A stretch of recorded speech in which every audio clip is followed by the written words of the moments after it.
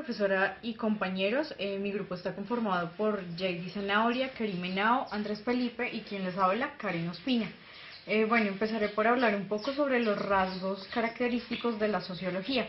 En primer lugar, se caracteriza por ser una disciplina teórica, es decir, el sociólogo debe intentar conocer los mecanismos o procesos en los que se desenvuelve la vida social. En segundo lugar, es una disciplina científica. El sociólogo debe ocuparse, como todas las demás ciencias, de tener una metodología a seguir. Es una disciplina empírica, ya que se basa principalmente en la observación directa de hechos y fenómenos. En cuarto lugar, es una neutralidad valorativa, es decir, que debe mantener una distancia crítica respecto al objeto al que estudia. Esto quiere decir que nosotros no podemos como involucrar nuestros propios pensamientos, ni criterios ni conocimientos a priori dentro de la investigación que estamos realizando. En quinto lugar, presta una atención especial al lenguaje, puesto que conoce palabras que son como muy comunes y pues son de algún modo como coloquiales, entonces debe prestarle muchísima atención a esas palabras. En sexto lugar, es una ciencia desenmascaradora. Esto se debe a que se basa en una actitud permanente de sospecha. En séptimo lugar, es una disciplina relativizadora, ya que trabaja mediante el conocimiento de otras sociedades referentes o conociendo como la misma sociedad en la que se está, pero en épocas anteriores. Es una disciplina comprensiva, ya que la sociología no es una disciplina práctica, sino que por encima de todo es una herramienta para comprender el mundo social.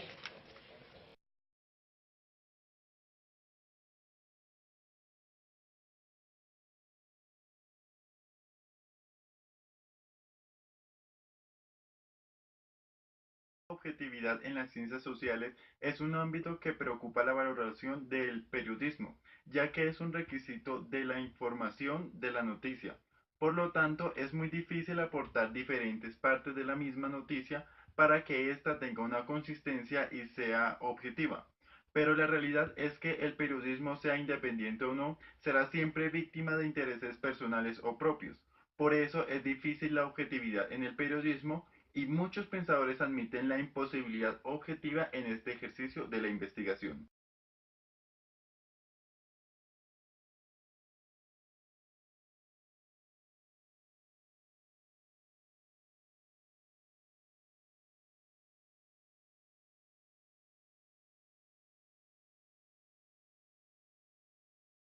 La objetividad es un mito, aunque para sostenerla se tenga que utilizar fuentes, testigos, hechos, datos y citas, pero son seleccionados personalmente y las descripciones son a la medida de un editorial. Por eso el motivo en que es difícil separar una sociedad o una persona de la subjetividad, ya que es un sujeto y hacer de esta la sociedad noticias subjetivas.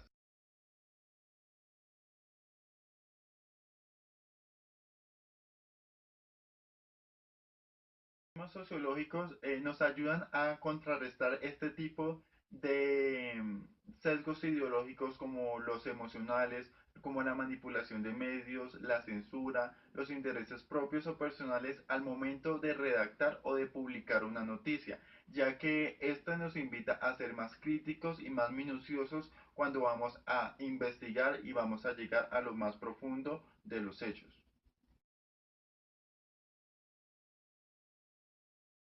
Investigaciones debemos ser claros y concisos, a no ser superficiales en todo lo que vamos a investigar y todo lo que vamos a profundizar. Por lo tanto, para esto se requiere de unos métodos y técnicas de investigación como lo es el método científico, ya que por medio de esta, las validaciones empíricas de los comportamientos de la sociedad se pueden comprobar y se pueden sacar conclusiones, ya que se puede observar una sociedad, se puede deducir de esta y se puede generar varias teorías del nicho a investigar. También nos enseña que las investigaciones no solo es el ejercicio de observar para deducir, sino que también es de ser parte del nicho a investigar, de interactuar con este para obtener resultados más pulidos hacia los objetivos de todo tipo de investigación.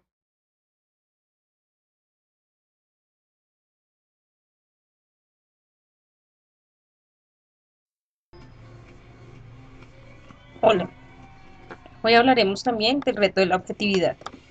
El reto de la objetividad, que tanto preocupa al campo del periodismo, es una de las cuestiones y discusiones que generan más sus controversias a lo largo de la historia de la ciencia, y especialmente en el campo de las ciencias sociales. Nosotros creemos que las ciencias sociales comportan una forma en particular de entender la realidad social bastante diferente a la que se utiliza para explicar los fenómenos de la realidad física. Es por eso que el investigador forma parte del objeto de estudio y que todos sabemos no es fácil de lograr un nivel de objetividad plena. Precisamente por eso el científico tiene que hacer un esfuerzo importante para evitar proyectar sus inquietudes y sus perjuicios sobre la realidad que estudia. Una fuerte implicación personal, afectiva o ideológica en un tema concreto puede alterar o distorsionar la visión de la realidad. Es por esto que pues, siempre para dar argumentaciones sobre una investigación debemos ser lo suficientemente objetivistas y no dejarnos llevar por nuestras emociones o sentimientos o por cosas del pasado que nos hayan marcado.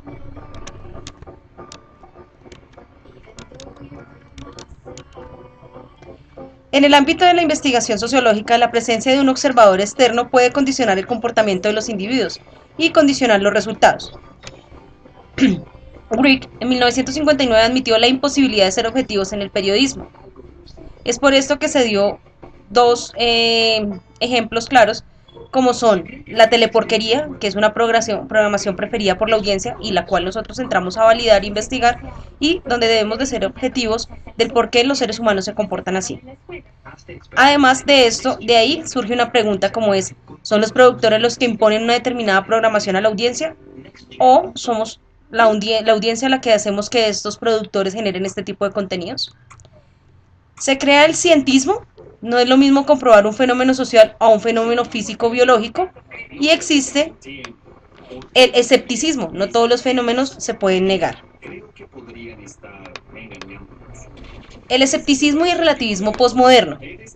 Una de las características más interesantes de la vida intelectual de nuestro tiempo es el amplio consenso que existe en muchos círculos intelectuales respecto a un grupo de verdades tácitas, por ejemplo, que los juicios de valor no pueden ser objetivos, sino que siempre son ilusiones sociales.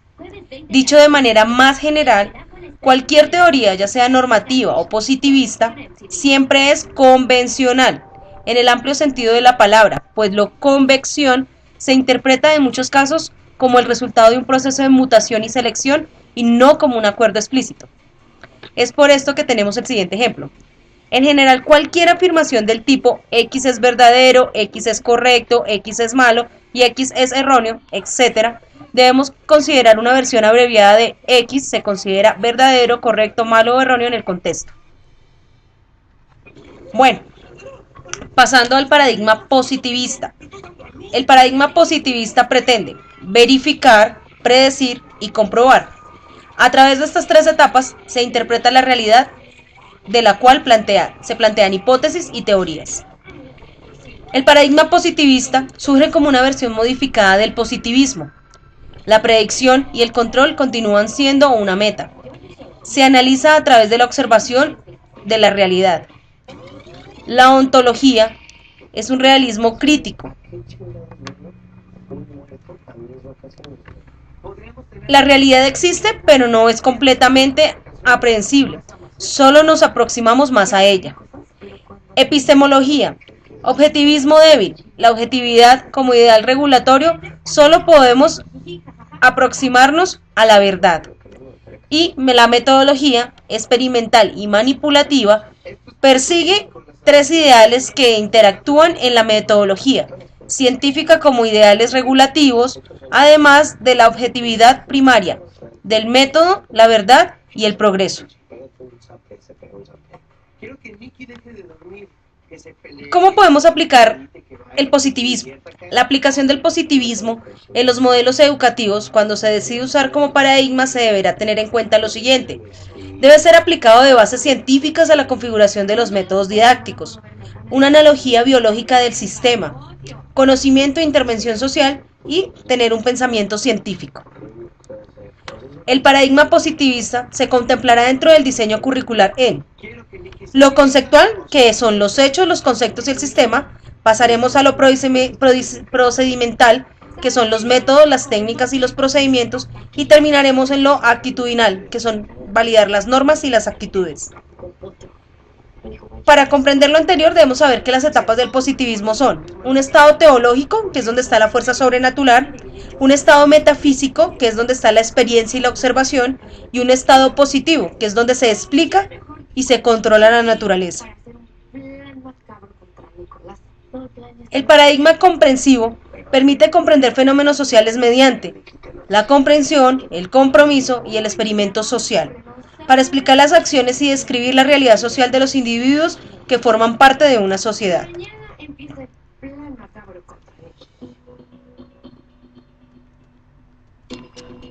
Está chingón, te bronceaste como Babe, el porquito valiente.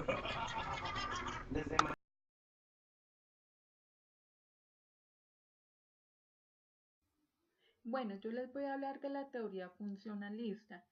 Este es un paradigma teórico que considera a la sociedad como un sistema complejo que tiende al equilibrio y a la estabilidad. Toma como unidad de análisis el sistema social, entendido como un conjunto interdependiente de elementos culturales y estructurales, que se toma como un todo. Lo que realmente le importa a esta teoría es que el sistema social en su conjunto funcione, es decir, que dé respuesta a las diferentes necesidades que generalmente se presentan en una sociedad. Para hacer esto realidad, cada uno de los diferentes elementos tiene que cumplir su función adecuadamente, tiene que ser funcional, para que así el sistema social en su conjunto logre una situación de equilibrio, orden y cohesión. El funcionalismo es heredero del organicismo social que tuvo en Herbert Spencer una de sus figuras más notables. Bueno, ahora les voy a hablar del proceso de globalización. El proceso de globalización es un nuevo orden mundial que se generó por un largo proceso histórico que va ligado al propio proceso de racionalización. Es un proceso económico, tecnológico, social y cultural a gran escala, que consiste en la creciente comunicación e interdependencia entre los distintos países del mundo, unificando sus mercados, sociedades y culturas. La globalización se ve favorecida por los poderosos cambios en los sistemas de comunicación. Un ejemplo de esto es el Internet, que es la Organización Mundial del Comercio. La globalización se divide en económica, política y cultural. La globalización económica es el mercado que se ha convertido en un elemento central en un mundo dominado por la globalización y los procesos de liberación a escala internacional. La oferta y la demanda. La globalización económica permite que en cualquier comercio se puedan encontrar productos de todo el mundo. La globalización política cuestiona las funciones fundamentales del Estado.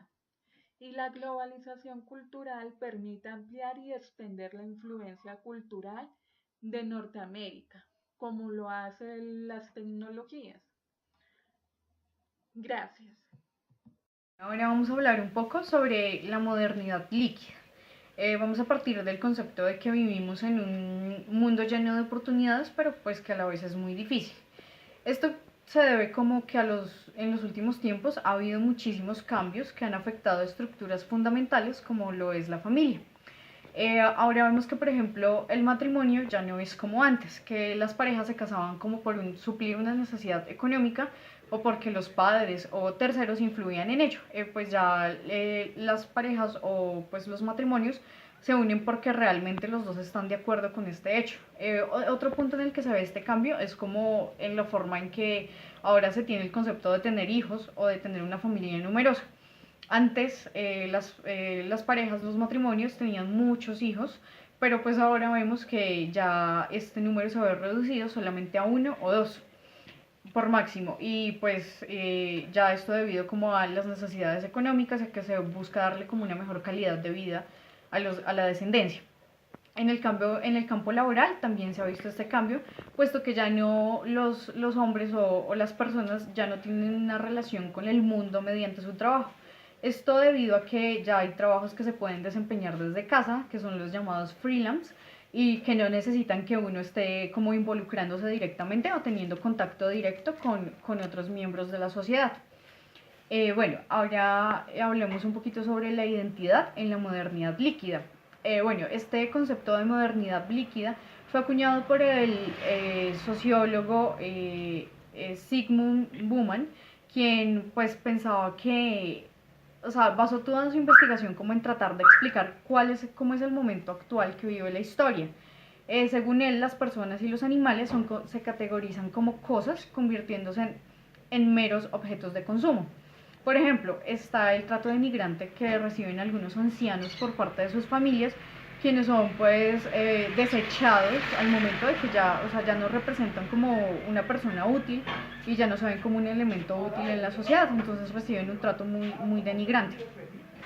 Y pues también está el miedo que sienten los hombres como al llegar a los 40 años, que es el miedo que las cosas cambien y no sean como antes. O sea, la mayoría de los hombres y mujeres sienten como ese temor de llegar a cierta edad. Bauman manifestó su preocupación pues porque se han perdido los referentes y la importancia de tener una identidad propia. Eso quiere decir que ya las personas como que no se sienten identificadas con algo, sino que siempre están preparadas para que llegue algo nuevo. Ya no existe como una identidad arraigada a la persona, sino que se espera que siempre esté en el cambio. Para Bauman, hasta el amor era líquido, puesto que ya en las relaciones se ve mucha falta de compromiso y son muy breves. A la gente como que no le interesa mucho darle continuidad a sus relaciones, sino que simplemente cuando algo no les funciona lo desechan y continúan con otra persona y ya. Bueno, él pensaba que todo esto tenía un efecto muy negativo sobre la sociedad y sobre la identidad, sobre todo, puesto que las personas ya experimentan rápidamente cambios muy radicales en su vida sin detenerse a pensar en cómo les afectará a futuro. No paraba. Ya lo siento. Creo que ya.